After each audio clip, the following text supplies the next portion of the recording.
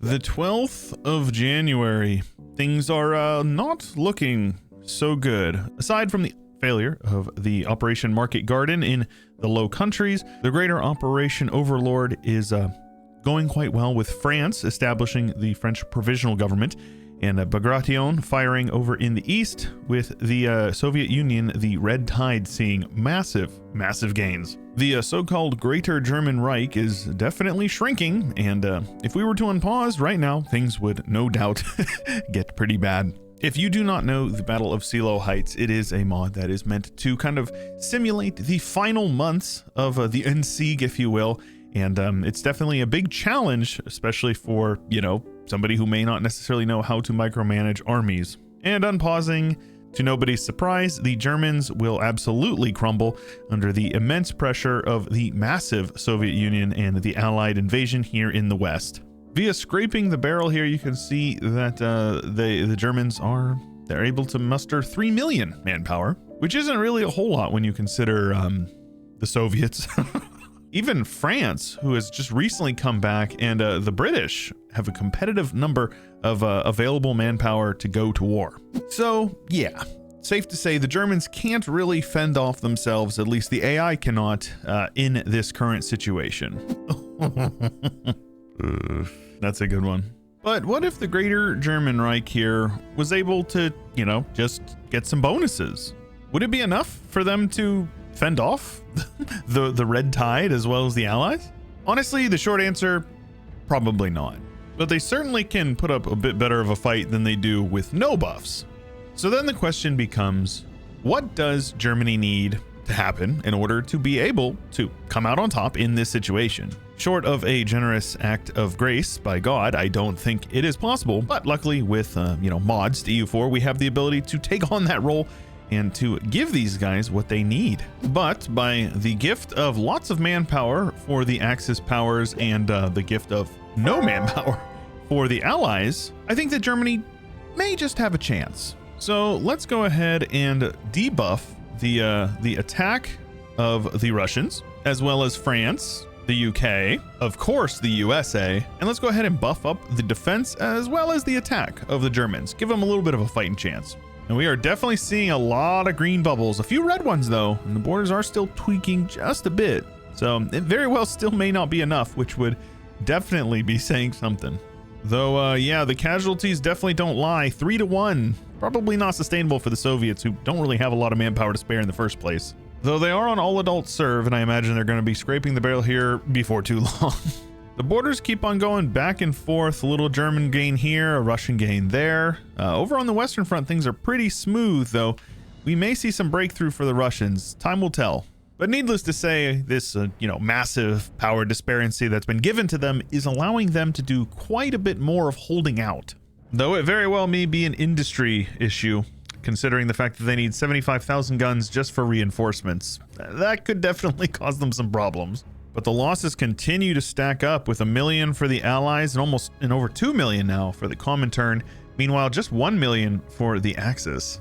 And I assume the Germans are down in the south helping the Italians hold out, but obviously, they're a liability. Though Poland is very quickly being conquered by the Ruskies. But the West, man, it is rock steady. They have not moved at all. And it looks like they actually may be pushing into like Provence or Savoy. I don't know what this area is called, but their deficit of guns continues to grow. The only major silver lining is that the Russians is gaining faster than theirs, though they're also producing 3 times as many guns. Pretty hard to fight a war if you don't have any guns, right? But we'll see how things go with the Russians.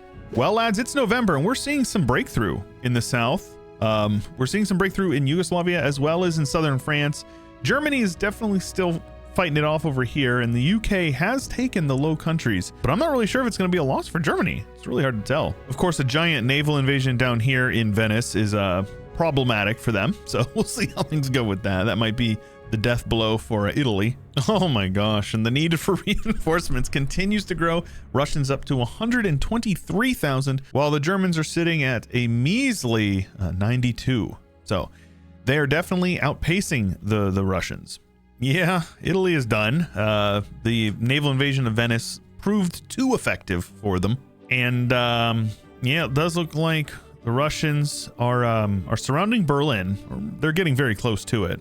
So even with a like 100+% swing in combat ability, the Germans still lose. Though I reckon if they had some guns, they'd probably be able to do it. So how about we up their factory output and let's cut their training time down quite a bit as well so they can get more regiments in the field. They've got the manpower and hopefully they'll have the guns. And now let's see how things go. They are certainly able to get more guns, almost double what they were at before. And this is before they, get any more construction done. So at the very least, their deficit should grow quite slower.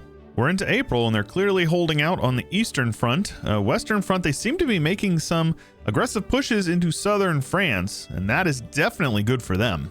It does look like they've actually even pushed the British out of the Low Countries, at least a bit, crossing the river over here. So they may stand a chance over here on the Western Front. Up to 450 guns a day. That is definitely going to help them. Though, of course, they're still losing like 200 a day after, so the balance is still pretty bad. But yeah, it's not nearly as bad as the Russians. Oh my gosh, they're losing like 1,500-1,600 every day. That is, yeah, it's not sustainable for them. And the losses seem to very much be reflecting that 1.4 to 6 million casualties. So yeah, hopefully things are at least going to be turning a bit. We're getting into August, so the USA should be nuking Japan pretty soon. And yeah, the deficit, the daily balance deficit for infantry equipment for the Russians is just, it's insurmountable, I think. It's actually positive for the Germans most days now. So I think we're definitely going to be seeing a decisive swing in one direction. Though, I don't know, man, they're still pushing really hard down here. Though the Germans are actually making gains in Belgium now. So it's anybody's game. With 4-1 losses, it definitely looks good for the Germans. Doesn't really look like the Italians are doing much. Hungarians are doing more than the Italians, which is definitely saying something. It looks like Germans are probably the ones leading the charge down in Italy. And they are finally recruiting divisions, though obviously they don't have enough guns to give them to them. So we probably won't get to see them use that, training speed buff too much. Though, lads, they took Paris. They took Paris, and now Calais is the capital of the French provisional government. That's definitely something. If they can capitulate France again and retake Italy, all they need to do is defend against naval invasions, which is a lot easier than actually fighting a full front. And they'll be able to push back the Russians, I reckon. Now we're up to almost 5-1 losses. So, yep, the trend is definitely happening. Yeah. I don't think that's supposed to happen. But the AI cannot compute. We've got another Vichy France. But yeah, that definitely means that Germany's going to be able to redeploy lots of guys over here to the Eastern Front. And it looks pretty decisive at this point. The Russians are still having daily losses with 120 in the hole, though it does look like the Germans are basically 1-to-1 with them. The Russian manpower is having a hard time recovering, and the Germans still have a very large pool from what we gave them before. So it's probably going to be a German victory at this point. And aside from some pesky naval invasions and apparently the invasion of Turkey, I think that the Germans have all but sealed the deal. And when you think about it, going through Turkey is actually really smart, despite, obviously supply being terrible in that region of the world. It does open up another front that they'll be able to push in while they also push in from the north through Finland.